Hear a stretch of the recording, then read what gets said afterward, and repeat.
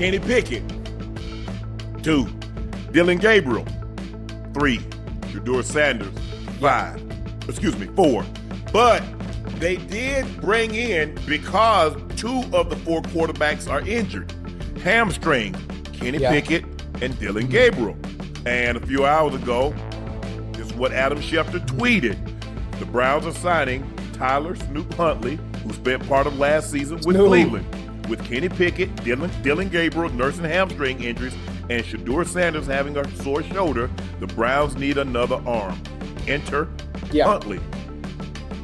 Yes, sir. Ocho, talk to me. What are the Browns I don't know what they're doing. We don't know what they've done the last 35 quarters. Do they know? Are we sure they know what they're doing? They don't. Have they known what they're doing since that franchise has been established? Have they figured it out yet? Because the last good quarterback, no disrespect to the quarterbacks that have played for the Cleveland Browns, the last one that has been of decency has been Bernie Kosar, if I'm not mistaken. Yeah, that's in mid-'80s, though. Mid who? Okay, Mid-'80s. Well, there you go. There you go. That's no disrespect to any of the quarterbacks that have played there, but it is what it is. We talk about consistency. Have we had one for a decade that we've been able to lean on and build around? You had a couple of years. You got a couple of years of Baker, but outside of that, no. No disrespect. Come on, man. Come on, man. So how do we? And that's the problem that you have, Ocho. How we supposed to trust this organization when it comes to choosing quarterbacks at the position when they haven't figured it out all these years? All of a sudden, now they got all the now they got all the sense. They're supposed to have all the sense now. The depth chart to me, I'm gonna let you go. The depth chart to me doesn't mean anything. We know what Joe Flacco will do when the lights come on. Kenny Pickett had his opportunity when he was drafted to the Steelers. So we've seen the sample size of that already. I mean, no disrespect to him, he's not the answer. Dillon Gabriel had success at Oregon when the lights come on. But it's a different ball game in the NFL with them grown men that got mouths to feed. Everyone should get an ample chance to win their starting position. We already know who quarterback one is going to be. We know who that's going to be. The depth chart doesn't mean anything. What they're trying to do is they're trying to break young bull. They're trying to break him, huh? That's all it is. From the draft process to getting drafted in the 5th round to the owner coming out and saying what he said last week to now. Man, come on with that bull drive, man.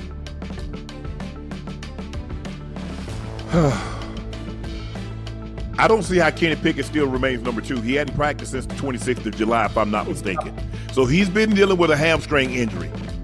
But when you go out and sign somebody in free agency, I guess that does tell you they do think highly of him because they signed him. Dillon Gabriel, he's dealing with a hamstring. I guess the worst thing that happened is that we could have found out because had both of those guys been injured, we head into the first preseason game and only Flacco and Shedeur is healthy. Now, it remains to be seen how much Joe Flacco is going to play. If he plays, I'm thinking maybe a series, Ocho. That's top. Let's be generous and say a series. Now that was going to be Shadour's opportunity to basically take us home. We saw Trey Lance. Trey Lance started the game and played deep into the 4th quarter. Hell, he might have finished the game. With that being said, the worst thing that could possibly happen for the Browns is that the 2 quarterbacks that you're probably counting on, they both got hurt. Most definitely. And they got hurt early. Now, we'll see how soon.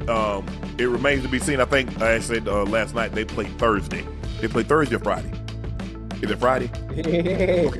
Okay, they play Friday. They play Friday against the Panthers. 3 more days. I'm excited. Is Shadur gonna play? Yes, he doesn't have a choice. This is part of his resume. But if it showed, but what if he had? Clearly they don't feel that confident because if they thought Shadur was going to be able to go, would they have brought a 5th quarterback in? Yeah, they had to bring somebody else in because Kenny Pickett's probably not going to play, especially with a hamstring injury. The game is Friday. I don't think either one. I don't think 2 and 3 is going to play. So definitely he's going to play. Listen. The eye in the sky doesn't lie, and they need Shadur to put what he can on tape. They need to.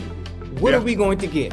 What did we draft? All the work we put in, obviously going against offense and defense in practice, that don't mean nothing. How is he going? Well, you don't expect to get Ocho. How long you expect the $500 car to last? Think about where they drafted him now. Now, clearly they ain't put a whole lot of resources behind it. No. So they're not. you know what, Ocho? You know what we do here on Nightcap. Come on, talk to me now. Chat, you know, when you go by what we used to call, when I was growing up, we call it second hand. When you go buy something second hand and you spend $500 or you spend $1,000 and as is, no warranty, you're not expecting, okay, hopefully they get me from point A to point B.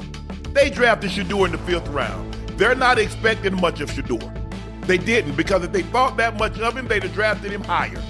If they thought that much of him, they would have given him a fair opportunity.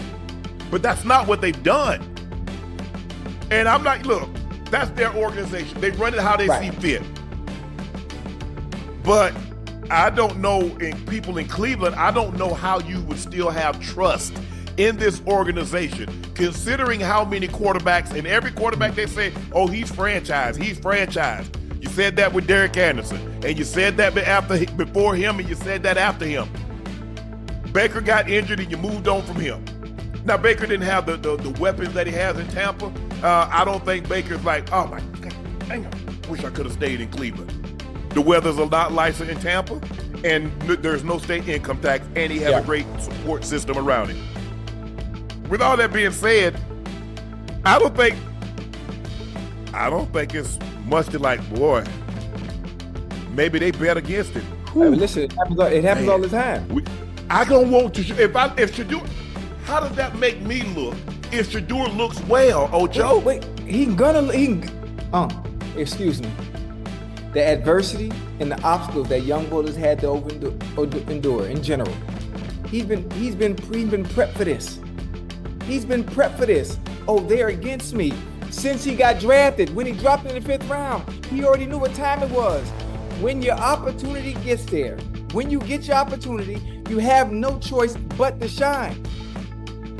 You have no choice. They're betting against him not to do well. Right.